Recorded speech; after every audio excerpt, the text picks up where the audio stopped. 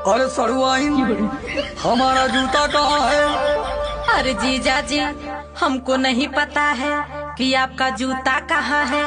देखा सड़ुआइन, मजाक मत करा, जूतवा तू ही ले ले आओ। ना ये जीजा, हमरे पास ना है, हम ना ले हैं। देखा सड़ुआइन, हमारा जूता हमके दे दा तू।